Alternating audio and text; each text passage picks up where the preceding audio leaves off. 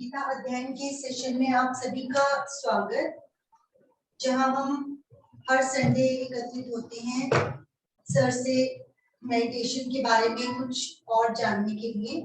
अभी तक हमने विभिन्न एनर्जी सेंटर्स अपने शरीर के बारे में जाना, मूलाधार, स्वादिष्ठान, मणिपुर और उसके बाद अनाहत, विशुद्धि चक्र और फिर आज्ञा चक्र।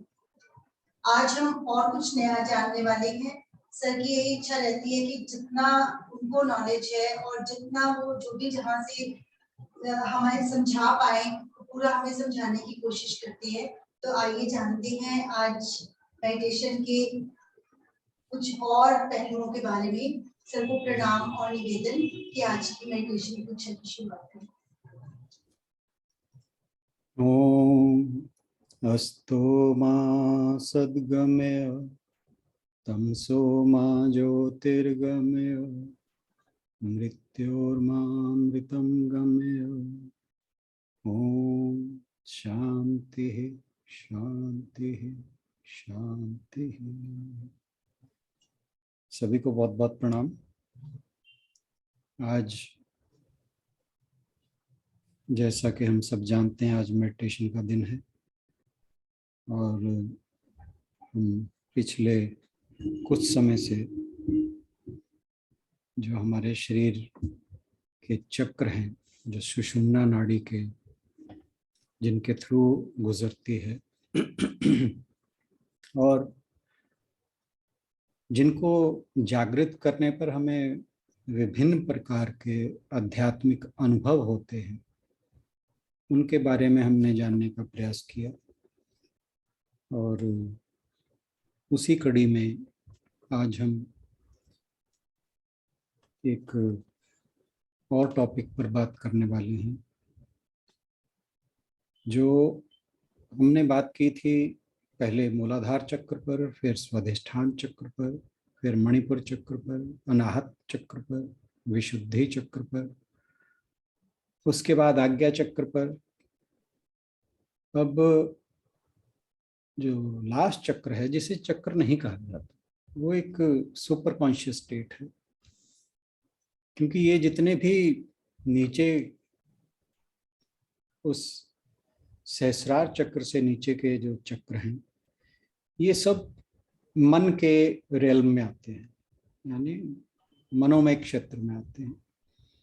और जो सहस्रार है वो सुपर कॉन्शियस स्टेट है, जिसे हम कहते हैं कि ब्रह्म का ज्ञान जिसे कहते हैं, जिसको जानने के बाद कुछ और शेष नहीं रहता जानना। और दूसरी चीज और है कि उसे शब्दों के द्वारा व्यक्त नहीं किया जा सकता। और उसको हमारे जो ज्ञान इंद्रियां हैं उनके द्वारा जाना भी नहीं जा सकता। तो इसलिए सहस्रार चक्र जो है वो बिल्कुल एक, उसे सिर्फ यही कहना चाहिए कि वो ऐसी अवस्था है जहां शिव और शक्ति का मिलन होता है। कुंडलनी शक्ति जब मूलाधार चक्र से उठकर सारे चक्रों से होती हुई सुषुम्ना नाड़ी के थ्रू ब्रह्मरंध्र तक पहुंचती है, तब हम कहते हैं कि सहस्रार चक्र जो है वो जागृत हो गया है। सहस्रार चक्र और आज्ञा चक्र जो हमने लास्ट में किया था, उसके बीच में एक और महत्वपूर्ण स्थान है जिसे कहा जाता है बिंदु। कहीं कहीं बिंदु चक्र भी कहा है। और क्योंकि हमारी स्पाइन जो है वो जाकर आज्ञा चक्र पर खत्म हो जाती है, वहां से हमारे जो ब्रेन का कनेक्शन है वो ब्रह्मरंध्र तक जाकर, तो बीच में कहीं बिंदु आता है। बिंदु के बारे में जो जानने वाली बात है, पहली बात तो ये कि आपको ध्यान होगा, हमने बात की थी कि अमृत जो खेचरी मुद्रा में हमने बात की थी कि अमृत जो है, जो मणिपुर चक्र है वो सूर्य का स्थान है और उसका मुख नीचे की ओर होता है, जिसके कारण ऊर्जा का क्षय होता है। और हमने कहा था कि जो जब चक्र जागृत हो जाते हैं तो वो ऊर्ध्वगामी हो जाती है ऊर्जा। तो जो अमृत है, अमृत का जो उद्गम स्थल कहना चाहिए वो बिंदु है। बिंदु का पहले तो हमें ये समझना चाहिए कि जगह क्या है, लोकेशन क्या है। लोकेशन है बिंदु की, ये आपको ध्यान होगा, जहां पर अब तो खैर चलन नहीं रहा, फैशन नहीं रहा। किसी जमाने में हमारे जो स्टूडेंट्स थे, ब्रह्मचारी थे, गुरुकुल परंपरा में जो शिष्य, जो स्टूडेंट छात्र गुरुकुलों में पढ़ते थे, वो अपनी शिखा को बांधा करते थे। जहां पर शिखा होती है उस जगह को बिंदु कहा गया है। और वहीं से उस अमृत का जो है उद्गम स्थल है। ये कहा जाता है कि जब स्त्री पुरुष का मिलन होता है और बालक गर्भ में आता है, तो सबसे पहले जो अस्तित्व में चीज आती है वो बिंदु है। बिंदु से ही पूरा जो अस्तित्व है मानव का, बालक का कहिए, वो बिंदु से ही शुरू होता है। तो जो एनर्जी हमारी डिफरेंट बॉडी पार्ट्स को जाती है जब माता के गर्भ में बच्चा होता है, वो सारी बिंदु के थ्रू जाती है। तो जो विकास है बच्चे का वो बिंदु से होता है। अब इस पे सुनीता बहन जी थोड़ा और प्रकाश डाल सकती हैं, क्योंकि मुझे नहीं आइडिया कि वो मेडिकल टर्म्स में कितना ये चीज़ें कोइंसाइड करती हैं। वो बाद में हम बात करेंगे इस बारे में, परंतु जो मैंने जाना है वो मैं आपसे शेयर कर लूँ पहले। तो जो अमृत है वो नीचे की ओर जाता है। अगर उसे ना रोका जाए तो जब वो मणिपुर चक्र तक पहुंचता है तो वहां पर जो जठराग्नि है, जिससे हमारा पाचन तंत्र चलता है, वो उसे भस्म कर देती है। तो उस अमृत को कैसे रोका जाए, उसके लिए हमारे पहले तो ऋषि मुनि ने जाना कि वहां से अमृत का स्राव होता है, और अगर वहां से अमृत निकलता है तो फिर उसको रोका कैसे जाए ताकि वो मणिपुर चक्र तक ना पहुंचे। और उसको रोकने के लिए विभिन्न योग की क्रियाएं हैं। एक हमने बात की थी खेचरी मुद्रा की, दूसरी हमने बात की थी विपरीत करणी मुद्रा की। आशुभान जी, मैं आपको 2-3 इमेजेस भेज रहा हूँ, वो जरा शेयर करना। अच्छा जी।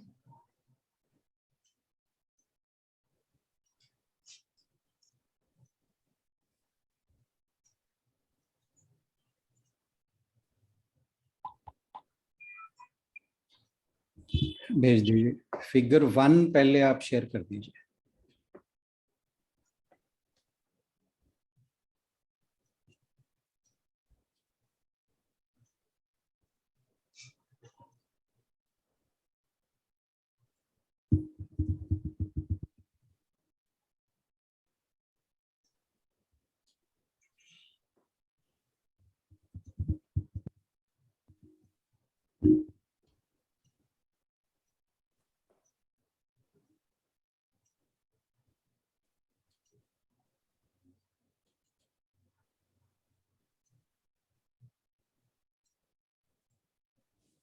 हाँ जी, तो ये विपरीत करणी मुद्रा है।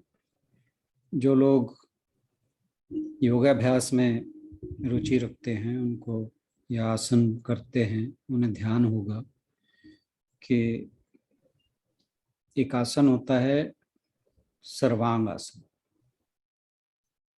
सर्वांग आसन में क्या होता है कि पोजीशन लगभग ऐसी होती है, बट इसमें बिल्कुल 90 डिग्री का एंगल बनाना होता है। ये थोड़ी सी डिफरेंट है। आप जैसे देख पा रहे होंगे, यहाँ पर जो बॉडी का अपर पार्ट है वो जो ग्राउंड है उसके साथ 45 डिग्री का एंगल बना रहा है। ये ध्यान देने वाली बात है। और जो पैर हैं, पैरों की टिप है वो आज्ञा चक्र के बिल्कुल ऊपर आती है। तो ये इसकी एक बड़ी आदर्श पोजीशन है। मैंने इसको, हालांकि थोड़ा सा इसमें अभी भी कमी है कि जो इसकी टोज हैं वो आज्ञा चक्र के थोड़ा सा इधर को हैं, बट वो बिल्कुल आज्ञा चक्र के ऊपर होनी चाहिए। तो ये मुद्रा जो है इसको विपरीत करणी मुद्रा कहा जाता है, जिसके द्वारा हमारा प्रयास ये रहता है कि जो अमृत बिंदु से निकलता है, ये बिंदु का स्थान देख लीजिए, ये बिल्कुल नीचे सिर के पीछे की ओर, जैसे मैंने बताया जहाँ हम शिखा बांधा करते थे, गए जमाने की बात हो गई है। तो यहाँ से जो अमृत का स्राव होता है वो नीचे मणिपुर चक्र तक ना जाए, इसके लिए ये विपरीत करणी मुद्रा हेल्पफुल होती है। दूसरी जो अब इससे होता क्या है कि जो अब ये देखिए, अगर आपको मैंने बताया थे, अगर ध्यान हो, 3 बंध बताए थे मैंने। मूल बंध तो हम लगभग डेली ही प्रैक्टिस करते हैं। दूसरा बताया था उड्डयन बंध, और तीसरा बताया था जालंधर बंध। जालंधर बंध आपको ध्यान हो तो चिन लॉक उसे कहते हैं इंग्लिश में। तो गर्दन को बिल्कुल यहाँ छाती के साथ मिलाने की कोशिश करते हैं ताकि जो यहाँ पर लॉक लग जाए। तो वो अब यहाँ पर देखिए, जैसे हम जालंधर बंध में लॉक लगाते हैं, यहाँ पर इस विपरीत करणी मुद्रा में लगभग वो लॉक लग जाता है। तो जो अमृत है वो विशुद्धि चक्र से आगे नहीं जा पाती। I hope you are following my point. कहीं कुछ ना समझ आ रहा हो तो प्लीज टोक देना, रिपीट कर लेंगे।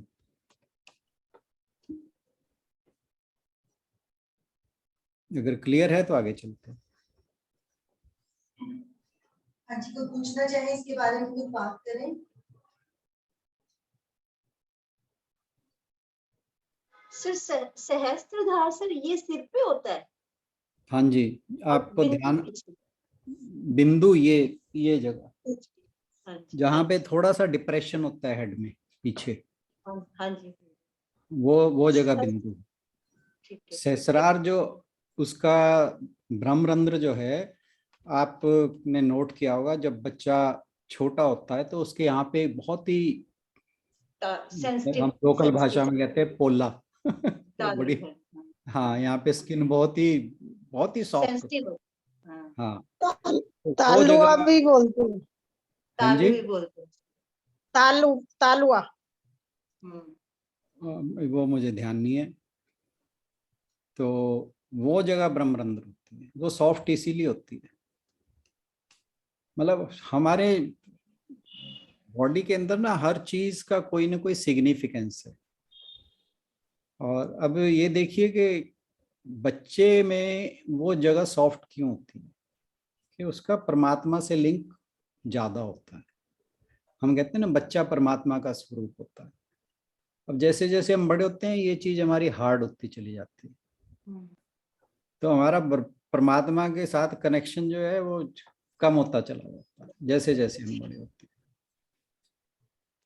सर खैर, अमृत जब अमृत बिंदु से गिरता है, ब्रह्मरंध्र आप इसको बता रहे हैं, हाँ तो जी हाँ जी, अमृत जो है, अमृत बिंदु मतलब बिंदु से बिंदु गिरता से है नि, या सर?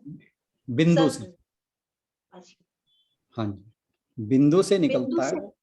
हाँ जी, अच्छा, अब उसे रोकना है हमें कि वो मणिपुर चक्र तक ना जाए, वहां जाकर वो नष्ट हो जाएगा। जो जठराग्नि है वो उसे खत्म कर देगी, जला देगी, भस्म कर देगी। तो उसको रोकना जो है वो सिर्फ एक ही जगह संभव है, वो है विशुद्धि चक्र, ये वाला जगह। तो विशुद्धि चक्र में रोकने के एक तो ये विपरीत करणी मुद्रा हेल्पफुल है, और दूसरी है खेचरी मुद्रा। खेचरी मुद्रा मैं एक बार बता चुका हूँ, आज मैंने उसके इमेजेस निकाले, तो मैं आपको जरा पिक्चर 2 पे जरा शेयर करें। ये देखिए, ये जो जीभ है हमारी, इसे पहले तो पूरा बाहर निकालना है। हाँ, और पूरा बाहर निकाल के फिर उसको, जैसे मैंने बताया था, ये जो युवला है, ये जगह जिसे हम कागवा भी बोलते हैं, काग भी बोलते हैं, इसके साथ टच करना है। और जैसे जैसे हमारी प्रैक्टिस होती जाती है, जीभ इसको पार करती चली जाती है।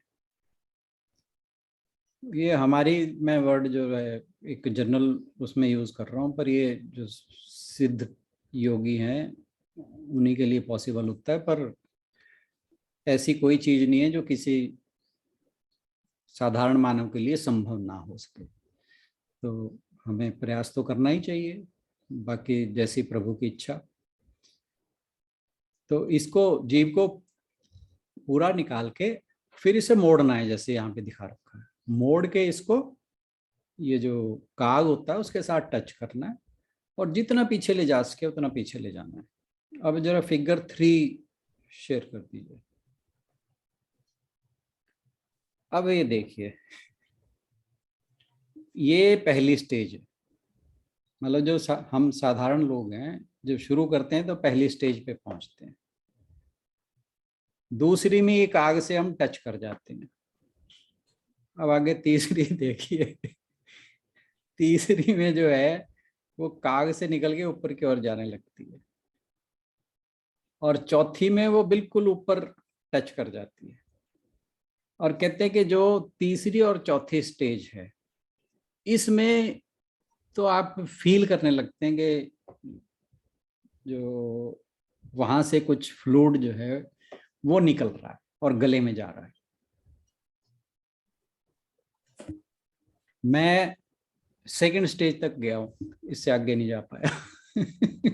थोड़े थोड़े दिन किया था प्रैक्टिस, फिर छोड़ दी थी।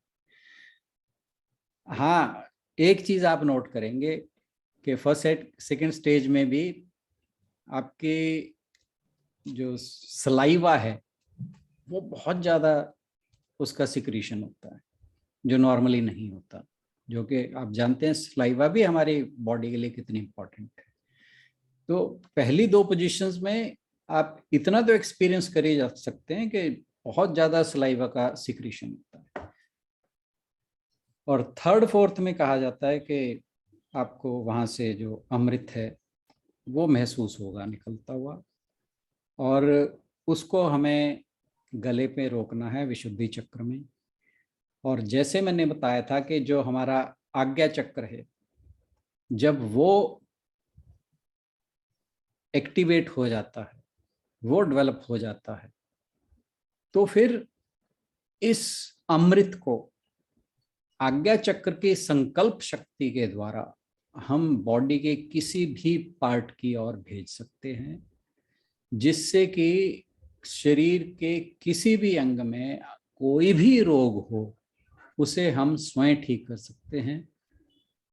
और जो कहा जाता है कि हमारे ऋषि मुनि सिद्ध योगी हुए हैं, वो इसीलिए बीमार नहीं होते थे कि अगर उनके शरीर में कहीं कोई परेशानी होती भी थी तो इस अमृत के द्वारा वे अपनी किसी भी शरीर की जो बीमारी थी, परेशानी थी या कुछ अवरोध हो गया था, वो हर प्रकार की इस तरह की किसी भी परेशानी को आज्ञा चक्र के द्वारा इस अमृत को यूज करके ठीक कर लेते थे। इसलिए वो कभी, आपने नहीं सुना होगा कि वो डॉक्टर के पास गए, कभी किसी हॉस्पिटल में गए, तो इसका मतलब ये है कि उनको ये सिद्धियां प्राप्त थी। अब रही बात बिंदु की, बिंदु को एक्टिवेट करने का क्या तरीका है, ताकि और बिंदु जिसका एक्टिवेटेड रहता है उसकी जो बुद्धि है वो बहुत ज़्यादा तेज होती है, मेधा जिसे हम कहते हैं, स्मरण शक्ति बहुत अच्छी होती है, और आध्यात्मिक लेवल पे वो बहुत ही ऊंची तरफ जा सकता है। इसीलिए कहा जाता है कि हमारे जो गुरुकुल में हमारे ऋषि मुनि रहा करते थे, वो हमेशा अपनी शिखा को बांध कर रखा करते थे। पहली तो बात ये, यहाँ शिखा रखना, अब उसे बांधने की क्या आवश्यकता है कि हमारा ध्यान बिंदु पर रहे।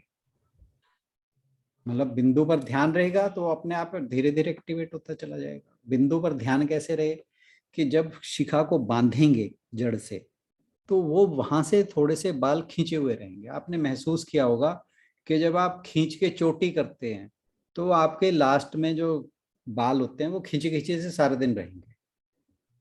इज इट और नॉट? क्योंकि लेडीज ये चीज बड़े आराम से बता सकती हैं कि ऐसा होता है कि नहीं होता। और अगर एक बालक अपनी शिखा बांध कर रखता है तो वहां पर उसका थोड़ा सा खिंचाव रहेगा, हर समय ध्यान जाएगा, तो उसका आज्ञा चक्र विकसित रहेगा। तो हमारे जो ऋषि मुनि थे वो देखिए कितने जबरदस्त साइंटिस्ट थे। और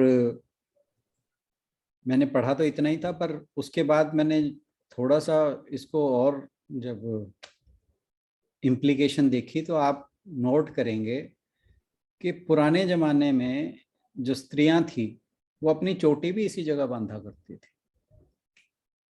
मेरे को याद है कि हमारे मदर वगैरह या गांव में और लेडीज जो होती थी, धीरे धीरे चलन यहाँ पे आने का बन गया, पर शुरुआत में चोटी इसी जगह बनती थी।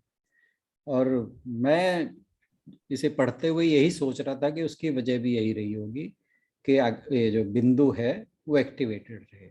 क्योंकि मुझे याद है कि हमारी मदर जब चोटी किया करते थे वो खूब कस के चोटी किया करते थे और इसी जगह पर किया करते थे। फिर यहाँ पे आए, फिर नीचे आए, फिर बाली खुलने छोड़ने का रिवाज आ गया। अब तो बांधने वाला मामला ही खत्म हो गया। तो हम अपनी जो महत्वपूर्ण चीजें हैं उन्हें अपने आप ही उनका नाश करने पे तुले हुए। बाकी उनके पीछे अगर हम जानने की कोशिश करें और पता लगाएं तो हर चीज के पीछे जो भी, कई चीजें तो अब सुपरस्टिशन बन चुकी हैं, और वो सुपरस्टिशन इसलिए बन चुकी हैं कि हमें उनकी नॉलेज नहीं है कि उनके पीछे का विज्ञान क्या था, लॉजिक क्या था। बट अगर चीजों को पढ़ेंगे, जानकारी इकट्ठा करने की कोशिश करेंगे, हमारे शास्त्रों को अध्ययन करेंगे, तो कहीं ना कहीं से, अब जैसे मुझे ये आज निकल के आया, तो हर चीज का कोई ना कोई लॉजिक मिलेगा। खैर, ये तो बातें बहुत हो गई। अब रही बात कि बहुत से लोग ऐसे होते हैं कि जिनके यहाँ पे बाल ही नहीं होते। आजकल तो ये भी जरा ट्रेंड में है। तो कहते हैं उसके लिए क्या किया जाए। उसके लिए बताया कि शुद्ध सैंडलवुड ऑयल, चंदन का तेल, उसकी 2 ड्रॉप लो, यहाँ रखो और इस तर्जनी उंगली से कह रहे उसे घिसो, और उसे घिस के 5 बार इस जगह पर लगाओ। तो कह रहे एक तो आपकी उंगली में हमेशा खुशबू रहेगी, आपके हाथ में हमेशा खुशबू रहेगी, आपके बिंदु पर हमेशा खुशबू रहेगी, और उससे बिंदु को एक्टिवेट करने में सहायता मिलती है, जिससे उस अमृत का स्त्राव वहां से बढ़ जाता है। मेरे ख्याल सर बिंदु के जिनके बाल नहीं है वही करेंगे कि जिनके बाल हैं वो भी कर सकते हैं? देखो जी, चोटी तो आपने बांधनी नहीं। हमने शिखा नहीं बांधनी, ठीक है ना? तो फिर कम से कम ये तो कर ही लिया जाए जो अच्छा, इजी मतलब जिनके इजी। बाल हैं वो भी कर सकते हैं? हाँ, क्यों नहीं? ओरिजिनल सैंडलवुड मिलेगा तब ना। नहीं मिल तो जी, जब ढूंढने से भगवान मिल जाते हैं, सैंडलवुड क्या चीज है? ये तो फिर भी एक साधारण सी वस्तु है, ढूंढने वाले तो भगवान को ढूंढ लेते हैं। तो ये तो कोई बात नहीं है कि नहीं मिलेगा। मैंने आज मंगवाया है वैसे।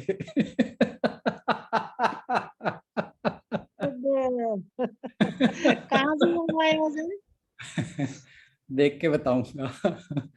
क्योंकि कैंट में जब हम रहा करते थे, अम्बाला कैंट, तो वहां पे एक दुकान थी, नॉन थे हमारे, उनके पास तब तो प्योरिटी की गारंटी रहा करती थी। अब कब नेक्स्ट जनरेशन आ गई है, हालांकि क्लेम अब भी करते हैं, बातें हैं वैसी सी। तो मैंने ट्राई के लिए मंगाया। दानिश घटे ना जी नहीं, हाँ, वो सब बारिश का। मतलब अगर अगर आपने कहीं से भी सबसे नकली माल लेना है तो वो धारीशाह पे मिलेगा आपको। हालांकि ये ऑनलाइन पे ऐसी बातें करनी नहीं चाहिए। ओके। तो धारीशाह पे तो आप कहोगे चिड़िया का दूध चाहिए, वो कहेंगे हाँ जी है, बिल्कुल है, और दे हाँ देंगे जी, आप। वैसे। वो कभी भी आपको वापस नहीं भेजते। आप किसी भी जड़ी का नाम ले दो, किसी भी चीज का नाम ले दो, हम्म। वो ये कहेंगे ही नहीं कि आपके पास है नहीं। आपको कभी नहीं कहेंगे वो ये है नहीं, और जाके अंदर से कुछ भी उठा के कहेंगे लो जी, जो मनमाना रेट है, पता नहीं वो दूब के पत्ते उठा के आपको दे दे और कह दे जी हाँ ये। तो इसलिए वो तो मेरा परखा हुआ है, वहां पे कभी जाने की जरूरत नहीं है। तो ब्रांडेड चीज लेनी है वहां से ले लो, किसी कंपनी की कोई चीज लेनी है, पर इस तरह की चीजें अगर आप मांगते हो उनसे, तो आपको वो कुछ भी चिपका देंगे, क्योंकि उनके पास स्टोर बहुत बड़ा लंबा चौड़ा है। वो भी मैंने अंदर से देखा हुआ है। तो उनके स्टोर में हर तरह का सामान है, उन्हें भी नहीं पता उसमें क्या है। बस ये कि आपने कुछ बोला, आपके मुंह से जो निकला वो वही है वहां पे। तो उसकी कोई ऑथेंटिसिटी नहीं। मैं देखता हूँ वो कितना सही है, मैं आपको शेयर कर दूंगा जैसे पता लगे। तो ये हुआ बिंदु को विकसित कैसे किया जाए, इसको एक्टिवेट कैसे किया जाए। और एक चीज थी उज्जयी प्राणायाम। उज्जयी प्राणायाम तो आप लोग जानते हैं। जो अंदर सांस खींचते हैं सर, हैं? अंदर सांस खींचते हैं वो जो। हाँ, गले को बिल्कुल कॉन्स्ट्रिक्ट कर लेते हैं। Yes yes yes yes yes. और कोशिश करो कि इसके साथ उड्डयन बंद लगे।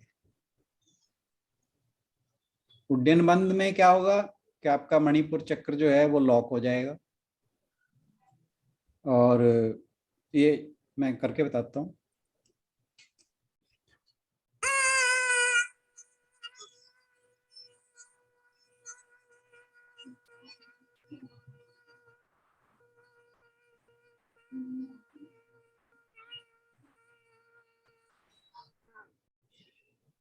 ये तो था उज्जयी प्राणायाम।